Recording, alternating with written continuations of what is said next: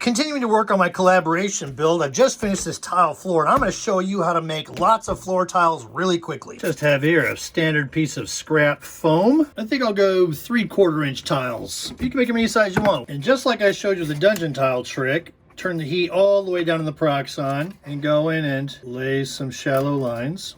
So now I have 3/4 inch all the way around. Now I'll go 1.5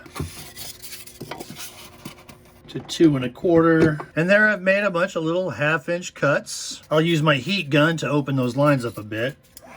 That step saves me from having to sand all those edges. Next I'll go in and texture all of these. Use my rock. And then I'll move the fence in very close. These tiles do not need to be very thick at all. And then I'll take the face of that against the fence.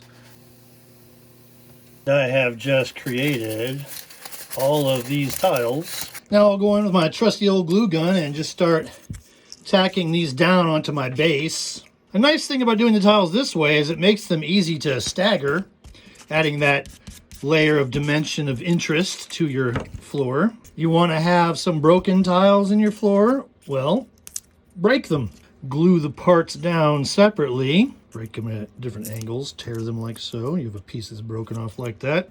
Get creative. The more of that you do, the more character your piece will have, the more believable it will look. Flagstones or floor tiles all glued in. I'll just paint this up like a floor. And there we have a very quick, easy, great looking flagstone or tile floor that you can dress with all your favorite set pieces ready to go.